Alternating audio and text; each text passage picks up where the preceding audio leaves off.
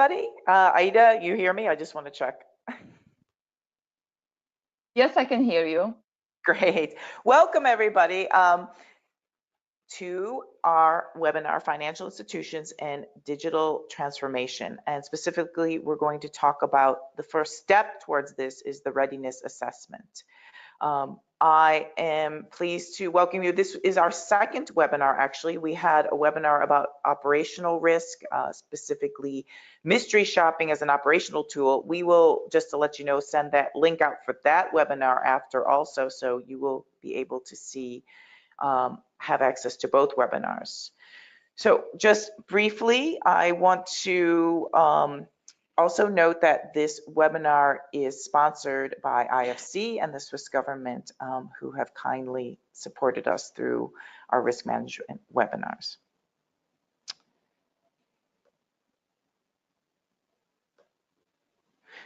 So very briefly, before we introduce our speakers, I want to just talk about a few logistical items. I'm sorry, I should say I'm Donna Nails.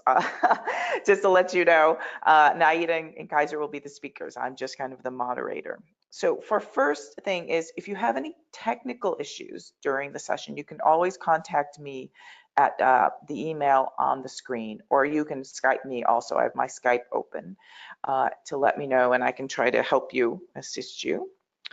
All participants are going to be muted just because we found that there can be a disruption with background noises.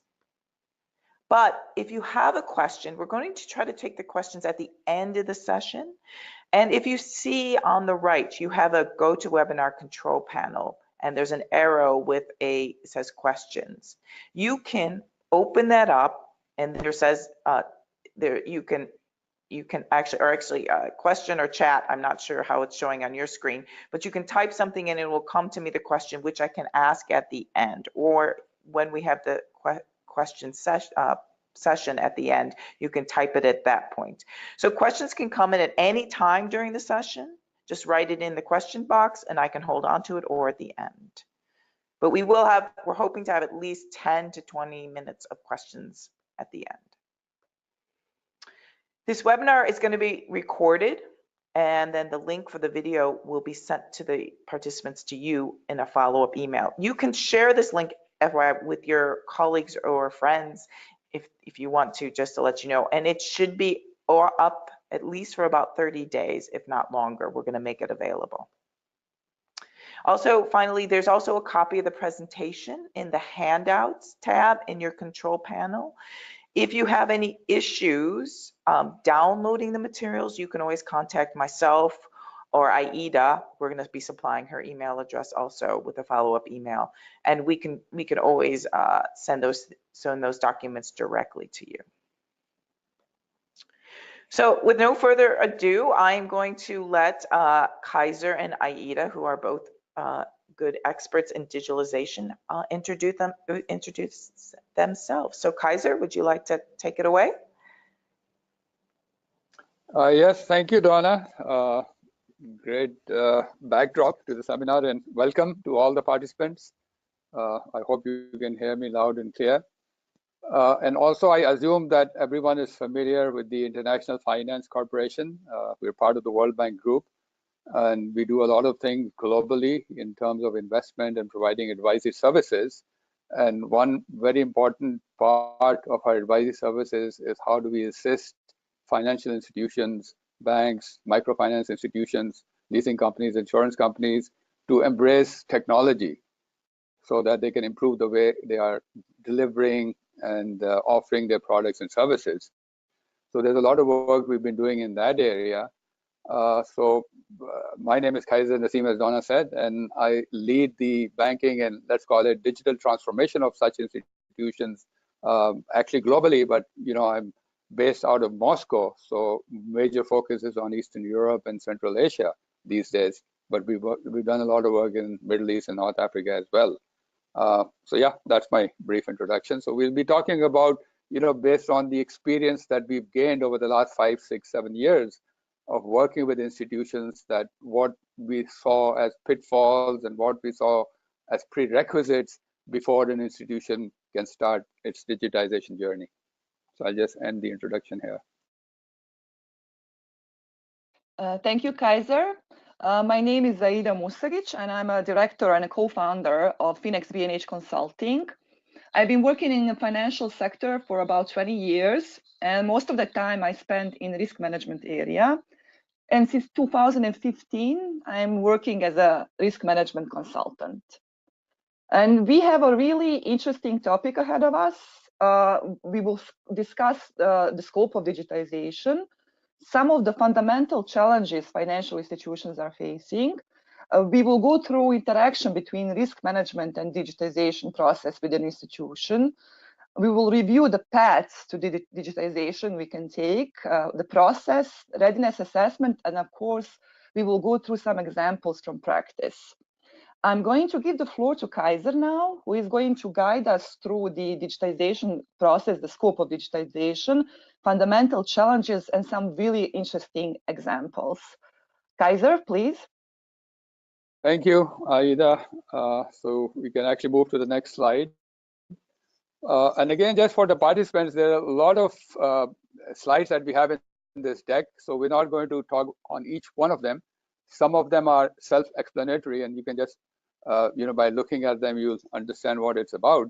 So for example, this first one is about the digital finance services revolution that has been happening over the past 7-8 years. And I don't think any one of us is unaware of what is happening in terms of competition for established institutions and banks. And this competition obviously is coming through from fintech. So we'll talk a little about them. But just before we start, I mean, why are we having this webinar in the first place? And why is it important to know what are the prerequisites for starting a digitization journey? And actually, I would go back and say, why are we calling it a digitization journey?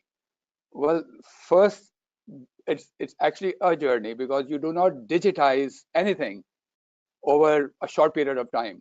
So especially if it's an established institution, an established microfinance institution or a bank which has been working for years, and you now want to leverage technology or digitize certain areas.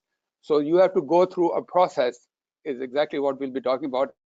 And that process takes sometimes, I wouldn't say months, but years to become a fully digital bank. And there are reasons why it takes, and therefore we call that a journey. And it's important that institutions recognize and actually acknowledge that it's going to be a journey. And it's not like an institution says, okay, we've decided to digitize, let's digitize everything that we have, and we'll be a digital institution in the next 6 months or a year. It's not like that. And why it's not like that is what we'll talk about it. The second reason why we're having this webinar is to explain that in order to start this journey, there has to be certain prerequisites. So an institution has to be at a certain level in terms of its technology, in terms of its culture, in terms of its market, target market, in terms of the way it segments that market. Again, we'll talk about it in more detail. So until you are ready for being digitized, it is not advisable to start your digitization journey. And that's why we're having this discussion today. So this chart just shows that, there are a lot of components to a digital ecosystem. For example, there's regulatory changes, there's data, we'll talk about that, and then there's digital finance, which is the subject of our discussion. Next slide, maybe, Aida. Okay, I think I've spoken about this, right? And the reason, again, we're having this discussion is because the market of finance and banking is being disrupted. And it's actually been disrupted, again, I'm sure you know the background, by non-traditional players, the fintechs that we call now. And 5-6 years ago, there was a scare amongst banks that these fintechs will, well, first they said these fintechs are small, they're not going to hurt us. But then they started eating into the market of these financial institutions, and financial institutions started to panic, and they said, okay, we need to leverage technology. Then came FinTech 2, which is basically that fintechs alone will not be able to scale. They may have the technology, but they will never have the scale. The banks, because of the relationships, have that. So FinTech 2 was born, which is basically a partnership between fintechs and banks. And I think that's the way this area or this market is developing. And again, we'll talk a little more about that.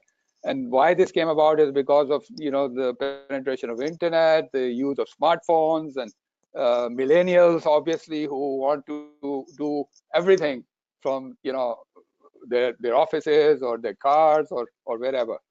So the experience. Next slide. So this is what is explained in these, I think, both these slides. The next one as well. Okay, now why do institutions, banks, MFIs want to digitize?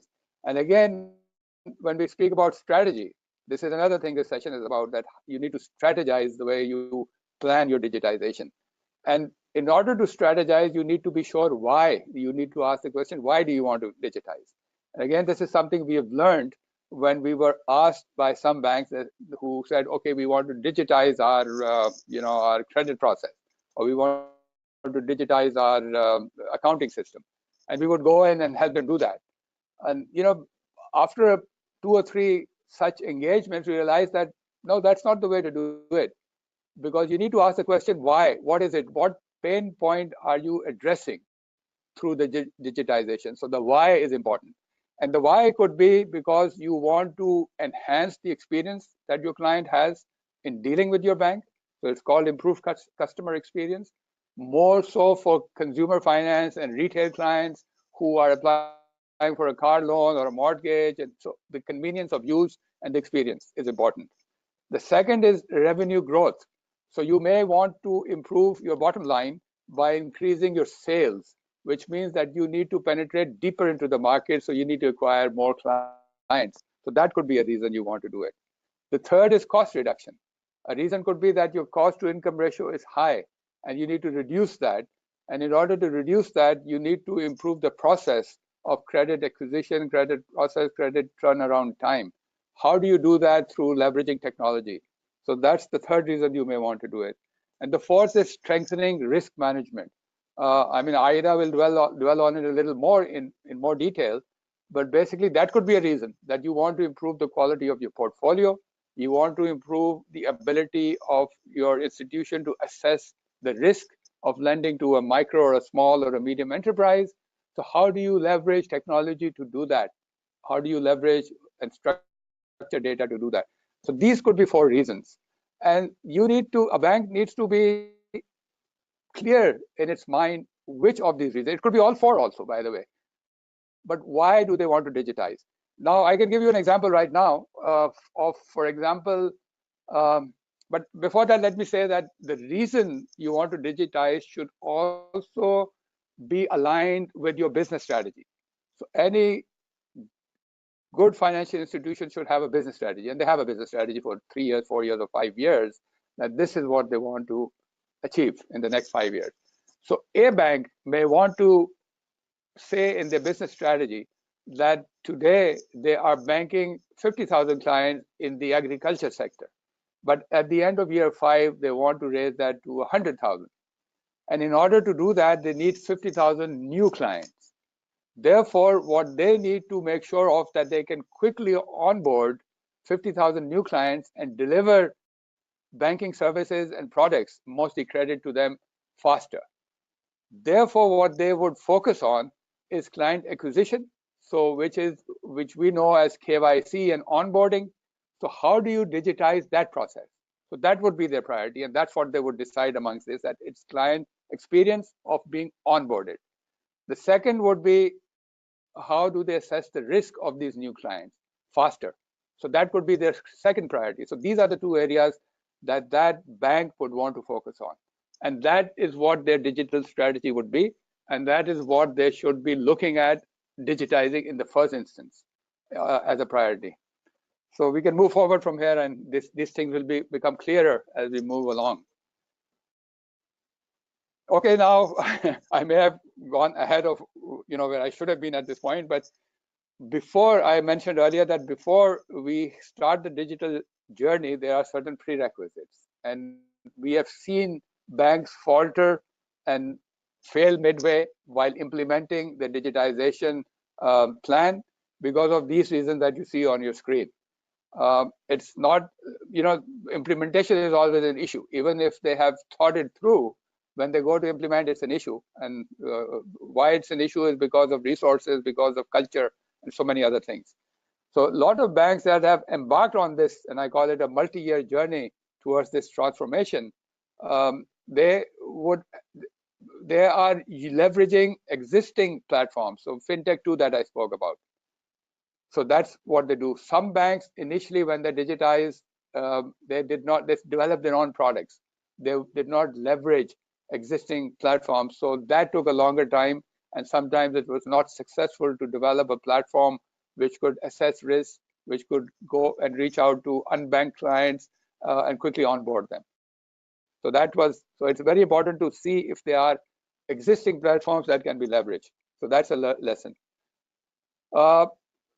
Very important, actually, it's number 3 here, but I think it's one of the most important things is the commitment of senior management and leadership. And the reason you need that, I mean, you need a commitment in anything which is new to a bank, but all the more for digital, because what digital or digitization does, it changes the manner in which the bank approaches its client.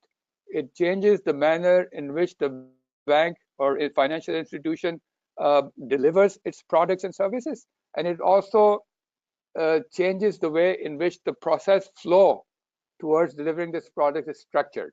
So it's a change. It's a change in terms of the way the current institution has been doing things for the past many years. And we all know that if there's a change coming about, there's a lot of resistance because people are not comfortable about that. And that change, that resistance cannot be removed unless the head of the institution or senior management, actually the CEO himself or herself, are totally committed that this is the way we need to go. There'll probably be a few years of pain, but we need to digitize the processes, otherwise we'll be left behind. So the cultural, the ecosystem of that institution needs to be very successfully and carefully managed for executing the strategy. Often, I mean, this covers that also, that banks are struggling within the business units. So who owns the digital finance agenda? So again, the CEO has to take the lead. So it's not the SME department or the corporate department, or it's a bank-wide strategy which has input from all the units within the bank, and the CEO has to orchestrate that. And this is something we've seen, and the reason I'm emphasizing is that we have seen banks go into this journey without having someone who is steering all these business units. So they're fighting amongst each other that, okay, the SME department wants to digitize this part, but the corporate wants to digitize that part, risk management. So, so there's no strategy in place, and then there's confusion, and obviously there's failure. And we've seen a lot of banks fail. Yeah, okay, come up to speed with the familiar landscape. So the way to address this is, and especially in legacy institutions, and we talk about legacy institutions, this is legacy of culture and legacy of infrastructure. And again, we'll talk about that in a little more detail. So this legacy has to be removed or changed by bringing in new people, or people who have a knowledge of why this digitization journey needs to be undertaken. So they can come in as chief digital officers, be on the team of the CEO who are implementing the digital strategy. And I think very important to make sure, at least today in 2018 and going forward, that the board of directors has someone sitting there who understands what's happening and is able to provide some sort of vision and guidance to senior management on that. So that's how an institution would tackle that, and more institutions are bringing on board such talent. It's very difficult, so another hurdle is to find such people, especially in emerging countries where IFC works, but they are there, and it's necessary to. Again, the org structure of legacy institutions is such that it's not friendly, or it does not create a friendly environment for implementing a digital strategy. And friendly environment means the right type of people. Number one. Number two, it means providing the right incentives for individuals who have ideas about what to digitize and how to digitize. So that needs to change.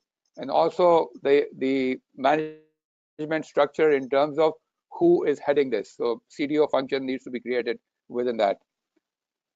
And we spoke about talent. So we can move to the next slide, Aida.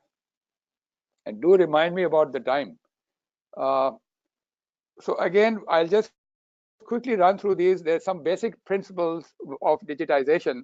We've spoken about them in this last 5-7 minutes that I've, and you'll pick them up when I repeat them. So first of all, they have to be business driven. So any digitization has to be aligned with the business strategy. It's not a strategy which is, independent of business strategy.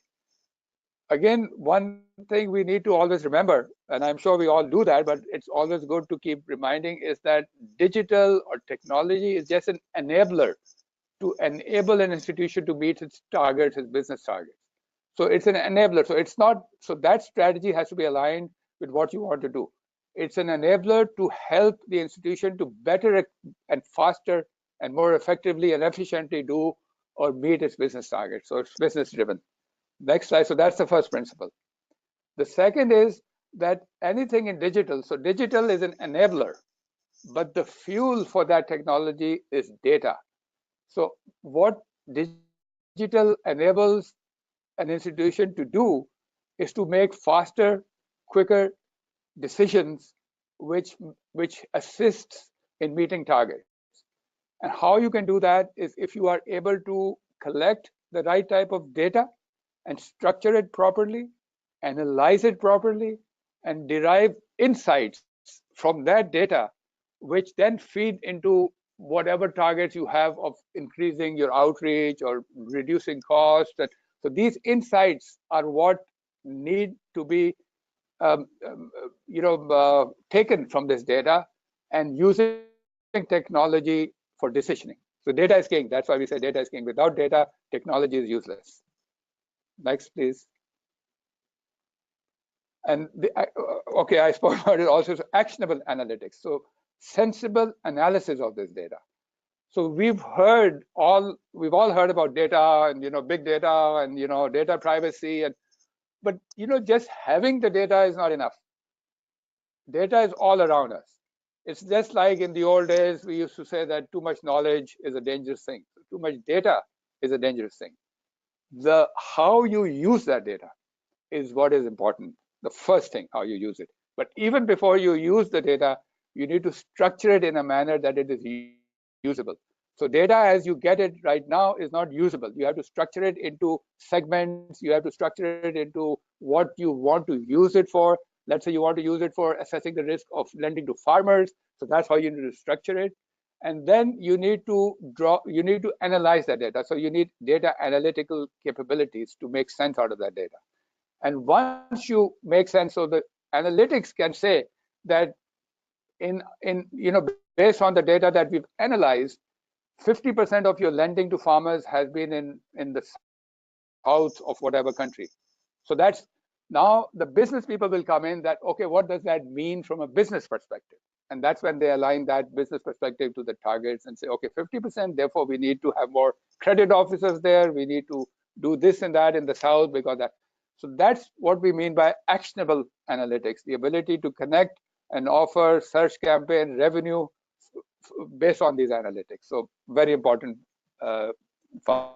foundation for a digital transformation. Next item, please. And customer is always a focus. Customer centricity means that whatever you're doing, it is for the client, it is for the customer. 50,000 new farmers is because the farmers today are not able to get the financing that they need to meet their livelihoods, or actually not just their livelihoods, but to meet the food requirements of that country. I mean, they're that important. For those of you who are familiar with Sustainable Development Goals of the United Nations, one of them is food sustainability and food security. So farming is what banks should be focusing on. How can you enable the farmers? I mean, I'm just using this as an example for now. There are a lot of other sectors also, but how do you enable farmers? So customers, what is it that they need from you as a provider of financing? So it's their needs that you need to work on. So customer centricity means that. Next, please. And do let me know, Donna, if I'm running out of time. I do tend to do that. I get carried away with this agility in process. Okay, so agility means better, faster, but properly. So agile is not just faster, but it's doing something better. So it can actually mean you move ahead quickly, but then you come back and make sure that what you were doing is correct, and then you move forward again. But you have to be agile and nimble, because technology is also changing, and the requirements and the needs of the market is also changing. So that's a big principle for digital transformation, that the institution should become agile. And we know that, I mean, for those of us who are lenders, we know that the biggest pain point for our borrowers is that we're not fast enough for them. And these are small borrowers. So again, that's using the example of farmers. So they're planting their crop. They have to plant it within a certain window. They have to sow the seeds. So that's the window they have where they need the working capital to buy the seeds. If we can't give it to them at that time, then it's useless for them. So we need to be agile in process and technology, and technology is what makes us agile. Okay, next. So I'm not reading the slide. I mean, these will be available to you. They'll give you more detail of that, of what happens. And then process automation. So again, the processes that we use for, let's talk about credit, again, using farmers. So the way we do it is we go out to the farmers, we take their data, we write it down, we come back to the office, we type it into our core banking system, or maybe just into an Excel sheet on the laptop. Then it's analyzed and it goes to credit committee. So how do you automate that process automation, the credit process? I think in smaller institutions, microfinance institutions, which are just lending, this is the first priority. How do you shorten this lending process? So how do you quicken the assessment of the risk, and how do you shorten the time for disbursement? So that's what process automation with. But there are other processes like client onboarding, KYC, your compliance processes when you're reporting to the central bank. So how do you automate that? So that's why it's a journey. I mean, you can't do all this together. You have to do it, prioritize yourself, and then keep doing it along the way. So process automation, very important sixth principle of digital transformation. And then the seventh and last, not the least important, but the last, Aida will move to it. And I think in the minds of all of us today, and I think it is one of the areas which I don't think we perfected in the digital world. And one of the major reasons for reluctance of consumers to use digital channels is actually security. So how do you ensure cybersecurity? How do we ensure that by using our smartphone, by using the internet, by using our other channels, even agency networks, is it secure? Is my data secure? Is my transaction itself secure? Is my money lying with a bank, if it's a bank we're talking about, secure? So there's a lot of work being done around that, around cybersecurity, around ensuring, having firewalls and having checks and balances in place, and having systems which periodically, actually the bank themselves have people who hack into their system and see if the systems are hackable. And I think Aida was with us in one of these banks when we did a current state assessment, and we actually were smiling that they were hacking themselves, but the reason for that was to see whether they are hackable or not. So security is a big concern right now, and until and unless you have something in place, when you're talking about digitization and you're offering a digital product, you need to convince the consumer that it is safe to transact on that. We know, I mean, all of you, again, living in Europe are aware of what's happening in terms of the data security, especially in the European Union.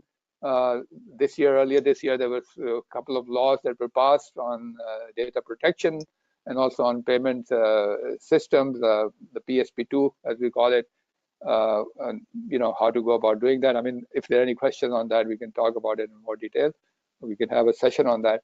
But security, and especially data security, is key. It's very important. Is there a next slide for me, Aida? Is it yours? Okay.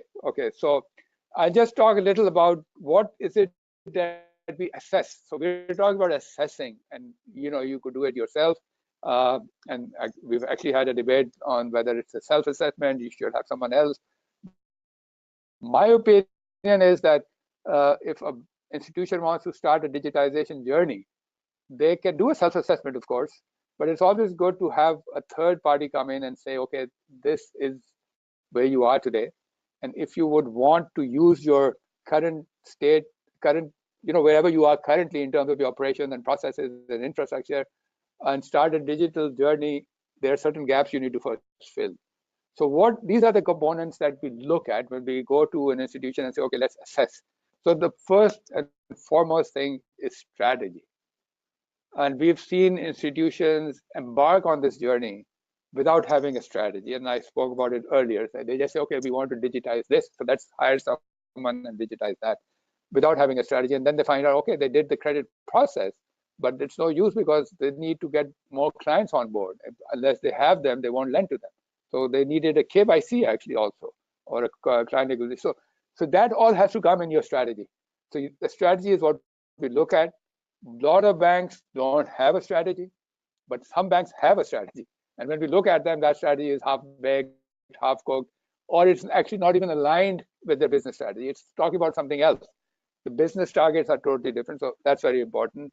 And then their ability to execute that. So we look at their ability to execute in terms of their capacity as an institution and in terms of their team.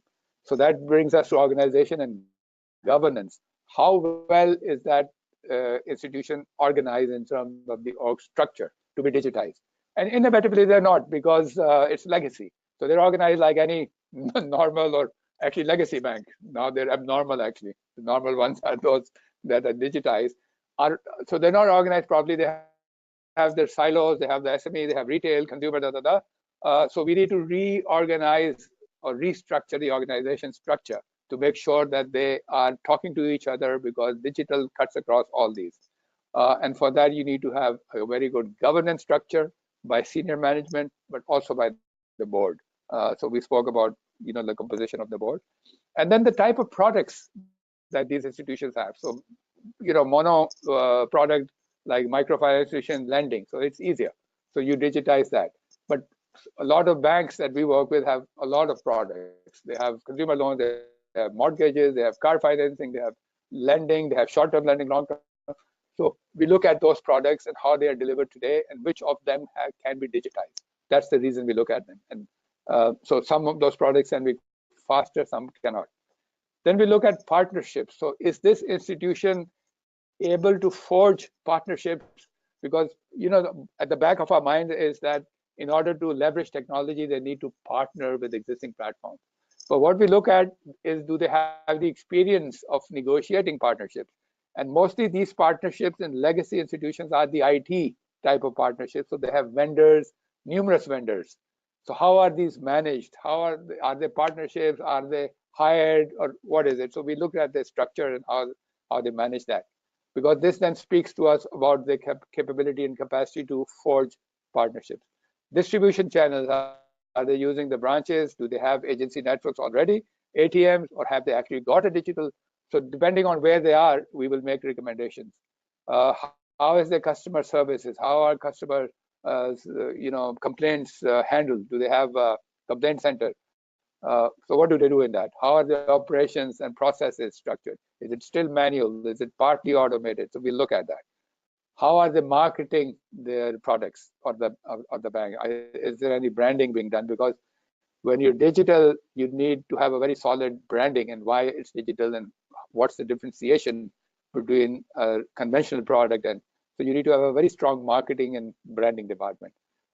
Being a development institution, we look at how responsible has that institution been in its previous life of lending.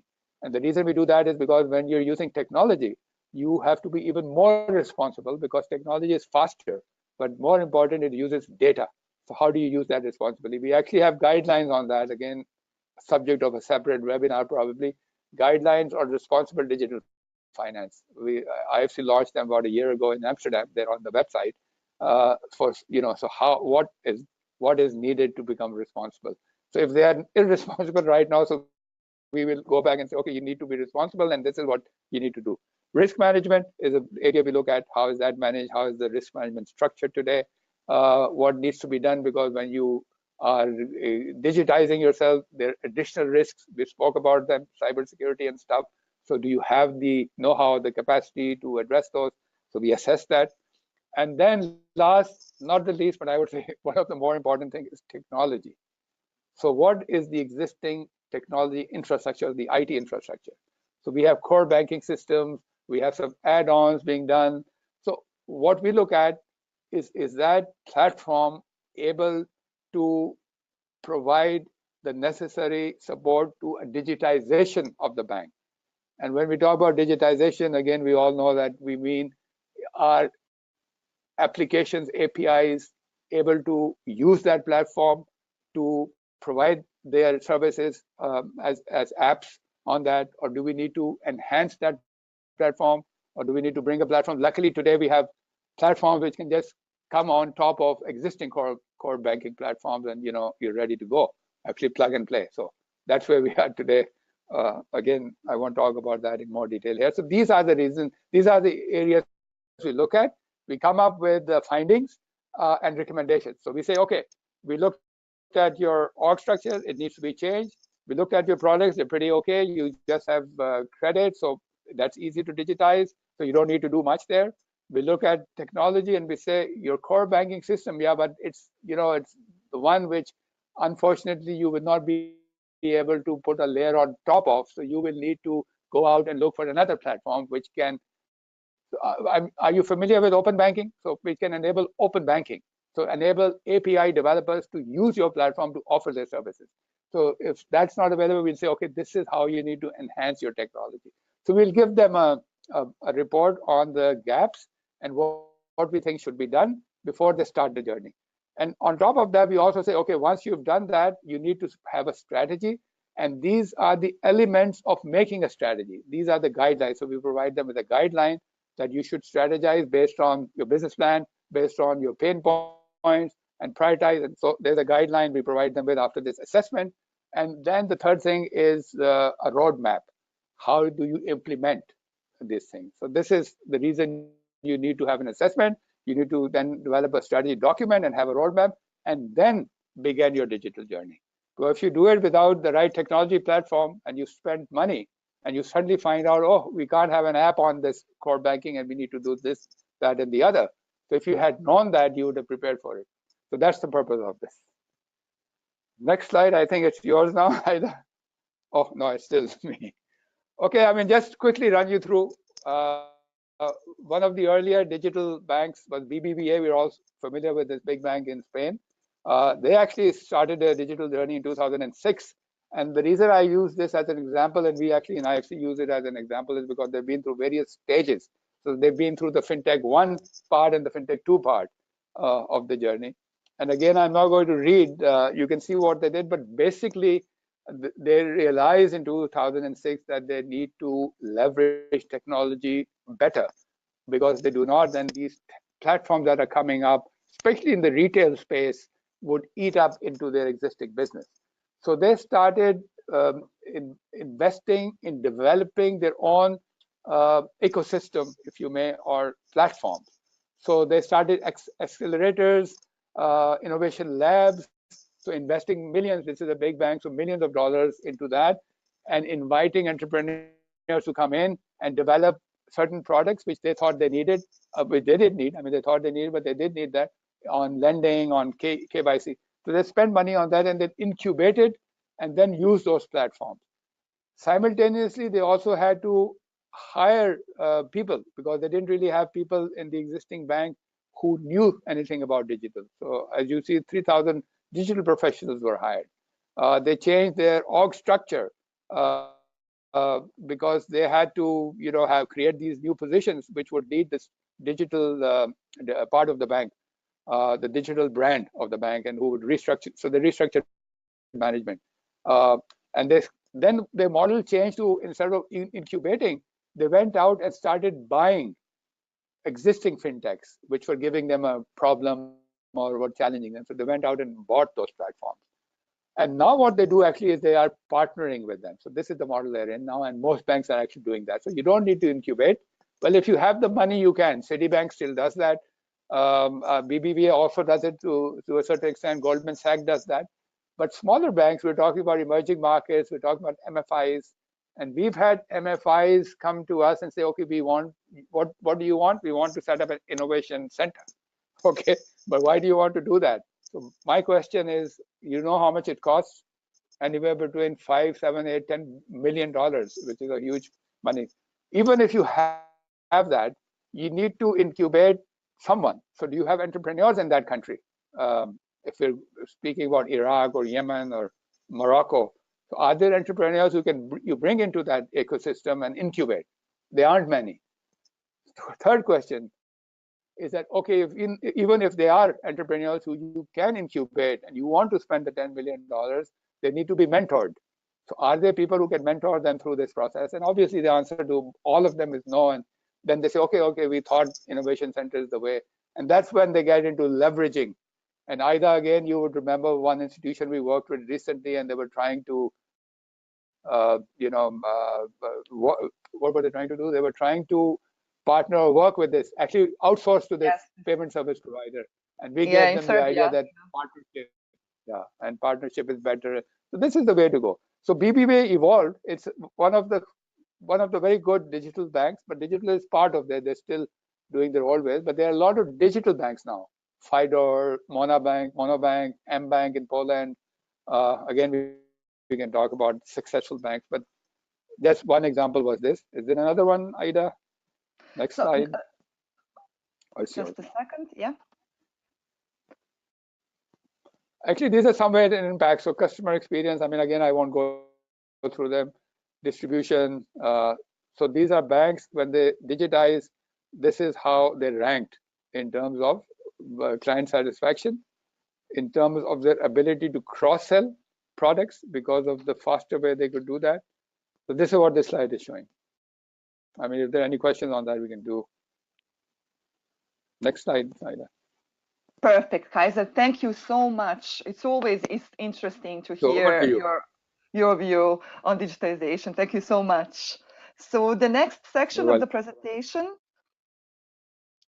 we will talk about digital readiness assessment as a precondition, and Kaiser already emphasized the importance of this to development of a digital strategy. So in order to start the development of the self-assessment process, we first need to realistically review our current position when it comes to our peers, and what's our degree of digitalization comparing to our peers. Is it low, which means that the majority of processes are manual or paper-based? Is it intermediate, which means we are on our way but not yet there? Or is it high, which not only means that digitization exists both in client-oriented processes, but in internal processes, but it also exists in the organization that encourages constant innovation. So this is quite important to understand. Then we need to understand what's the road ahead. What are the phases of digitization? The first phase is the tactical one, ad hoc one. The objective is to improve the digital client experience, but the scope is on the department level, and it's with minimum investment. Tactical phase usually means adding to the existing client service on a smaller scale. For example, introduction of a new mobile application, online banking tool, or web assistant. The second phase is functional or managed phase. This entails a larger investment, someone's larger investment, and its accountability is usually with Chief Operating Officer. It's still focused on improving digital experience for the client. This is, for example, development of omni-channels, introduction of mobile applications, online banking, electronic wallets, personal finance management tools, chat and video chat functions, and so on. This is also a challenging phase for any financial institution because you need to integrate the legacy systems with new applications and tools. The third phase is end-to-end or optimized phase. This means business reinvention and creating a long-term competitive advantage, which of course means the accountability is with the CEO and the investment is quite significant. The example is paperless bank. Some banks are choosing a greenfield approach and are setting up new digital bank entities with quick processes, integrated systems, and agile organizations. One such example is Hello Bank with BNP as a parent bank. But I think we have in attendance several colleagues from Musoni Microfinance from Kenya.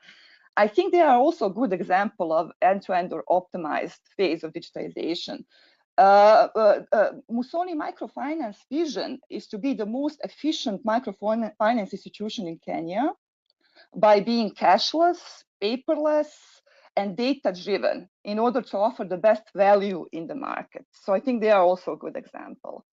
What I think is interesting to note is that according to Ernst & Young Global Banking Outlook for 2018, only 19% of 221 bank executives worldwide believe that they are digitally mature. So only 19%. 62% of them plan to reach maturity by 2020. So this means significant investment. And majority plan to increase the spending by over 10% in 2018. So Kaiser talked about external challenges, but let's take a look at some of the most important internal challenges. Of course, the most important one is the investment constraints, other business priorities. The European Financial Management Association studied 250 financial institutions worldwide and concluded, of course, that smaller banks are at a much lower level of digital maturity than their larger counterparts. The second challenge is the readiness of the organization. For example, whether there are key talent gaps or whether there is a strategy developed. The third constraint is unwillingness to change and legacy IT systems. Then we have a lack of business case and we have a lack of shareholder buy-in. Boston Consulting Group study from late last year, I think it was published in December 2017, the bank stated that existing IT systems are the #1 reason for failure to achieve digital transformation. In many cases, this was a result of difficulties in enabling current system to speak to new digital applications, as well as the faulty business logic embedded in the legacy system.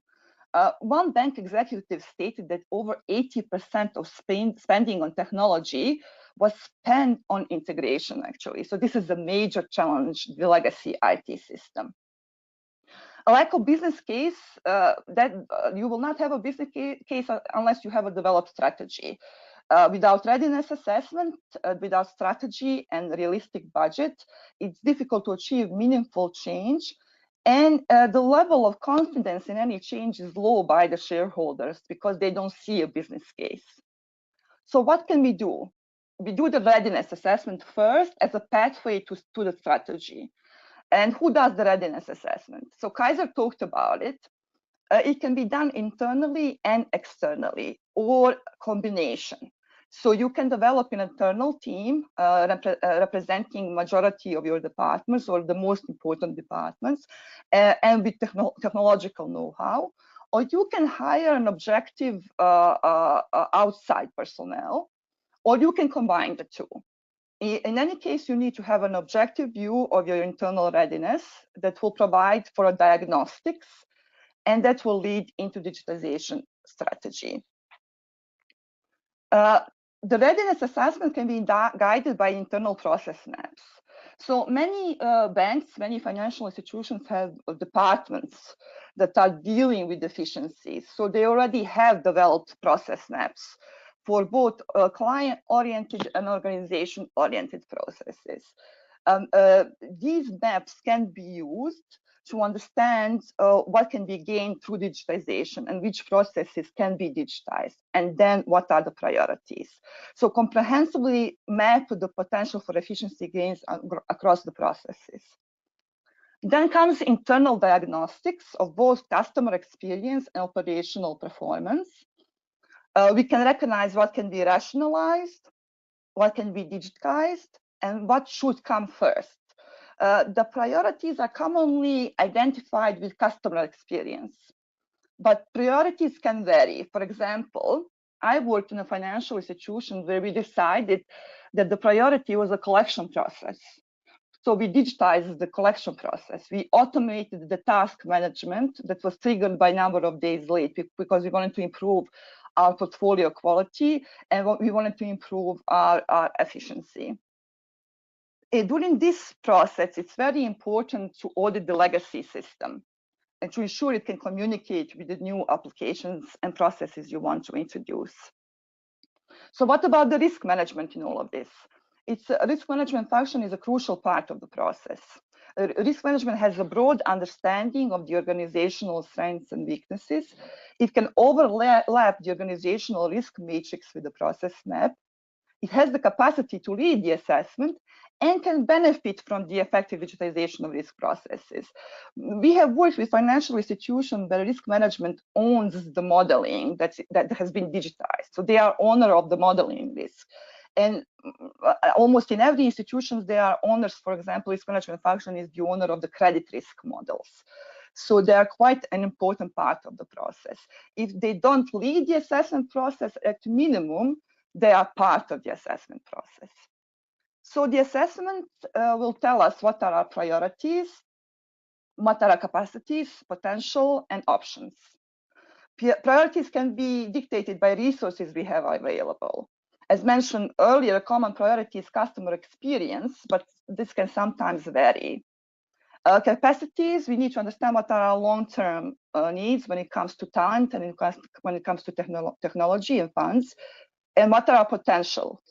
We also need to understand then what are our options. They can vary from complete internal development to outsourcing and partnerships with fintechs. So what's our strategy? Strategy input is not just assessment findings. It's also market assessment, customer behavior, and regulatory environment. Market assessment means we need to understand the competitive landscape and what are our peers doing in the market. Customer behavior includes understanding of digital trends, including internet penetration, usage of mobile, and trust in digital. This feeds into a cost-benefit analysis of introducing new digital customer channels and current and future potential of those channels. For example, in Bosnia and Herzegovina, uptake of mobile applications for banking was quite slow, much slower than in the other European countries because of the average age of consumer and the level of trust in digital. Regulatory environment is essential element of the digitization strategy. For example, know your client requirements by a regulator may slow down the application of new technologies in client onboarding. For example, lack of regulation on digital signatures. Some strategy options we have is, these are just a few. There are many available, but these are just a couple. Launch a digital brand, which is of course the most extensive option. Many banks have done this across many different markets. Examples include Fidor Bank in Germany or mBank in Poland. They are very price competitive. They have enjoyed a fairly broad-based adoption because of that, but also because of the market readiness. So both in Germany and in Poland, there's high internet and mobile penetration and trust in digital. The second strategy is digitizing processes. The key processes include customer onboarding, origination, and relationship pricing. Third strategy is to improve on existing digital experience. And fourth one is to launch a new digital capability like digital branches or mobile wallets. Throughout all of this, we cannot forget cyber risk management. Regardless of which strategy we choose, our risk management function needs to grow with our digitization process. We cannot forget to invest sufficiently in training, in human resources, and technological capacities of our risk management. So just briefly, in the following slides, you will find many research and information that was done by IFC, independently or with partners. You have the presentation available in your handouts, together with 4 of the resources that we are mentioning here. But through these slides that we are showing now, you can actually find the location also on the internet. Many tools are also available. We will not go through all of them because we are already running out of time. Knowledge sharing events, readiness assessment tools, including their web location that I think you will find very, very helpful.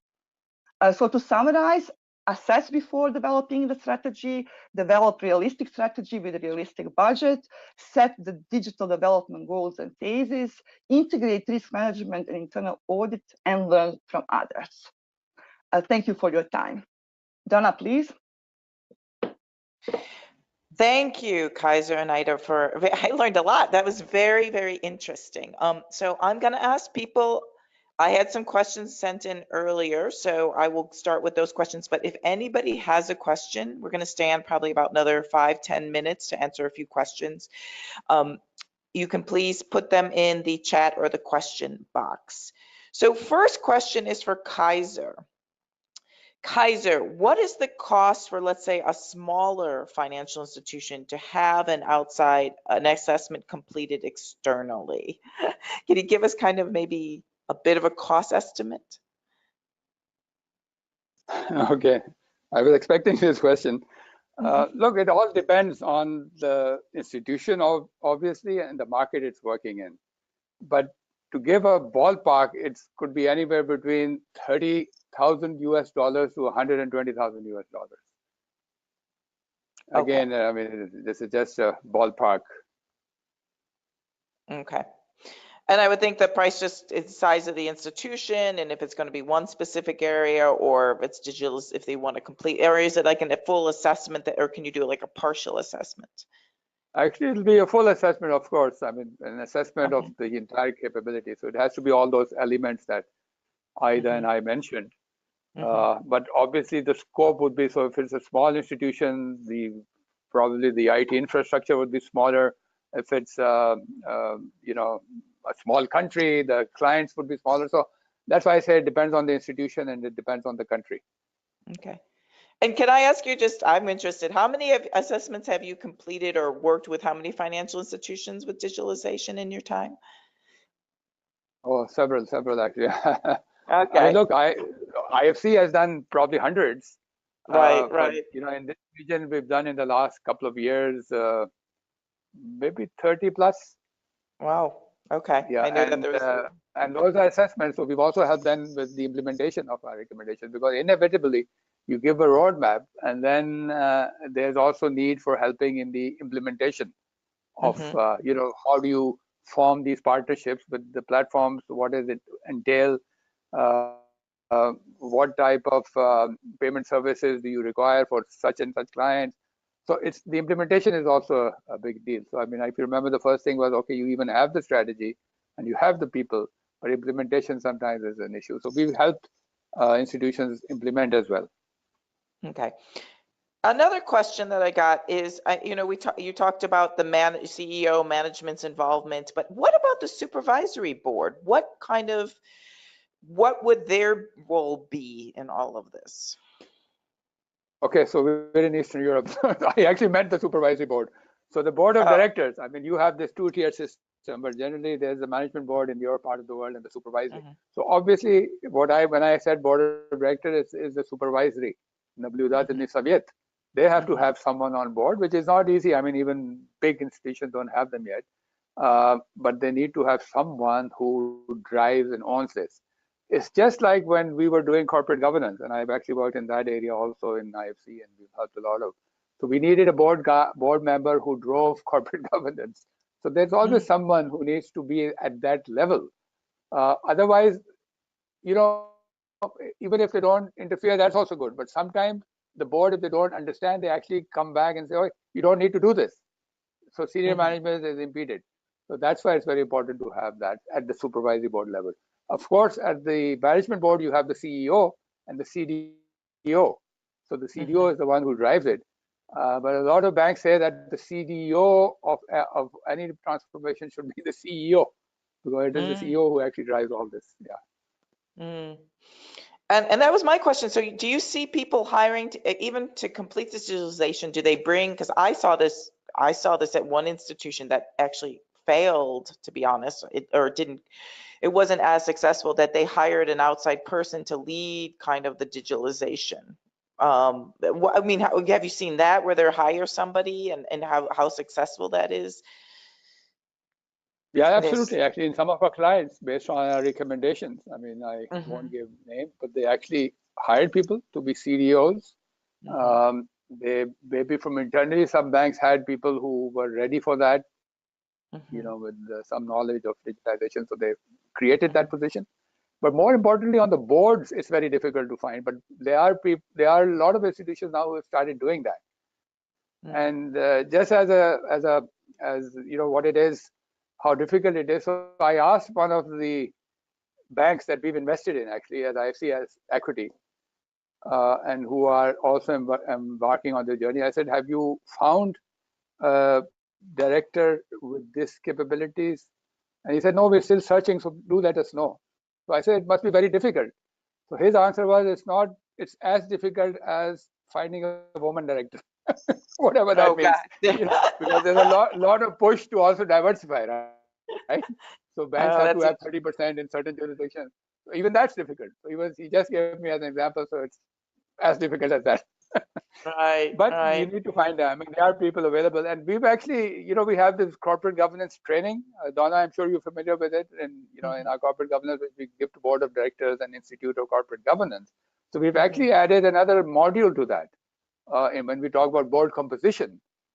So one of the skills that has to be there is obviously digital. Last Mm. 10 years, it was risk. There was no risk management capacity, even on Merrill Lynch and Goldman Sachs and Citibank on their board. They had no one who had risk till 2008 happened. And so that Yeah. started. So now it's digital. So we've added that module. Oh, interesting. Very interesting. So I guess I mean, this is a very general question someone sent in, but I guess I'll ask, what is the number one roadblock or issue completing assessment that you've seen when you've gone and done these assessments or through IFC? What is kind of the number one thing that you see that puts a roadblock in completing a successful assessment or you know, something like that? Have you seen? Yeah. The number one is commitment. And you Mm, see an absence of that because the people you're talking to down the line, when you talk to hmm the head of credit, they have no clue why it's happening and what happening. So the communication by the CEO, hmm which then reflects commitment. So that's very important for us. And we actually don't go in now until we're sure that everyone in the institution knows why they're doing it, and the CEO is the one we interact with. So that's the number hmm one thing that we find as an obstacle, that there's no buy-in, let's say that. So for us, that's Yeah, important. yeah, I could see that. I think I'm waiting. I haven't received, these are the questions I've received. I haven't anymore, and they're actually about 5 minutes. Aida, anything you'd like to say? Yeah, I also want to say that regarding that last question, that the lack of shareholders buying, actually, I think that the main issue is not having, and we talked about it during this presentation, is not having the business case or strategy. Mm. With a proper budget, realistic plan, and realistic projections. I think that also can lead to lack of commitment by the shareholders and the board of directors. So I think this is a really important first step towards the next level of digitization. hmm As I've seen with everything with IT or digitalization, I've seen it's always the budget. It's always the budget's never, I don't want to say it's unrealistic, but it's too optimistic that it's going to cost. I don't know if you've seen this, Kaiser and Aida, that less than, and it's actually more than was budgeted sometimes. Maybe because of cybersecurity, but budgets are very important. So Yeah. I think No, with but this, if you allow me, yep, Donna, sorry, if I can just talk no, on that, because these are also myths, by the way, the budget. And uh, today, I mean, we're in 2018, and there are platforms and ways you can leverage them, which are much cheaper than you think they are. mm, And the second thing is because of legacy. I mean, we all know that for those of us who worked in banks, till very recently, IT was sort of driving what is required in the IT department. So you need this program and you need this software. It was IT. And it was not business who said, okay, IT, you give us this because this is what we need. So that has to change. And that's why these costs used to. So IT would go out and procure something. that thing would work, and then they would go out. So they had to manage, let's say, several vendors. And we've seen institutions where the IT department is dealing with more than 50 vendors, which is a dangerous thing, by the way, especially if you don't have a project management unit in the IT department. So that leads to cost escalation. So if it's properly structured, I mean, we didn't go into great detail, but when you talk about organization structure and structuring your IT and your, this is what we mean by that. A very good example is right now we're working on the other side. So it's not a strategy, it's the investment we're working on, the first digital bank in this region, in the region I'm sitting in. And that's why I'm in Dubai. We had meetings with them. And this is a group which has collected together of people who have done successful digitizations in DBS, for example, in Fidor, actually. So these guys have come in Virgin Mobile. So they've come together and they're setting the first regional bank. And they've been talking to a lot of fintechs, because what is a digital bank? Again, a subject of another webinar. We've talked about unbundling banks, but a digital bank is actually bundling all these fintechs together. So you get a fintech which is credit risk assessment, you get a fintech which is eKYC, you get a fintech which is collections, you get a fintech which is payments, you bundle them together and you have a digital bank. So they're doing that, they're actually orchestrating that, and they're looking at fintechs. So they hired, I mean, I don't know if I should name names, but McKinsey. We're all familiar with that, I'm sure. So their budget was way out. Again, I'll just give you a figure, which is $50 million they would need to get all this together. Then they looked at someone else, a little step below, and the budget was 35. So the final budget which they saw was about $28 million they need. And then these bunch of guys who had done it, and they were familiar, they started tapping their resources. So they're doing all this in $16 million, 1.6, and this is a large bank. So there's ways of cutting the budget. So budget is a myth, because if you talk to IT, they say, yeah, you need this, that, and the other, but you may not need that. And how you structure these partnerships, and that's why we look at that. It's a very important component, structuring them. Do you go and buy the fintech?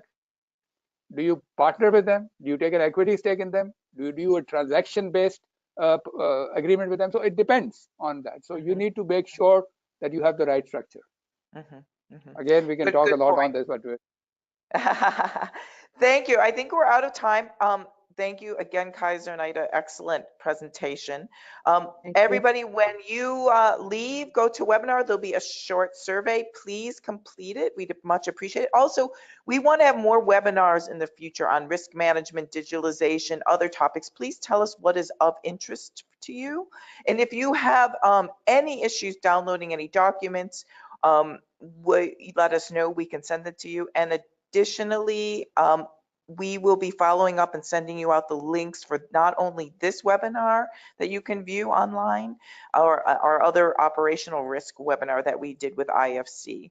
And those links will be up probably for another 30 days, and please feel free to share them with your colleagues. Hope you enjoyed the seminar, and thank you very much. Thanks, Aida. Thanks, Kaiser.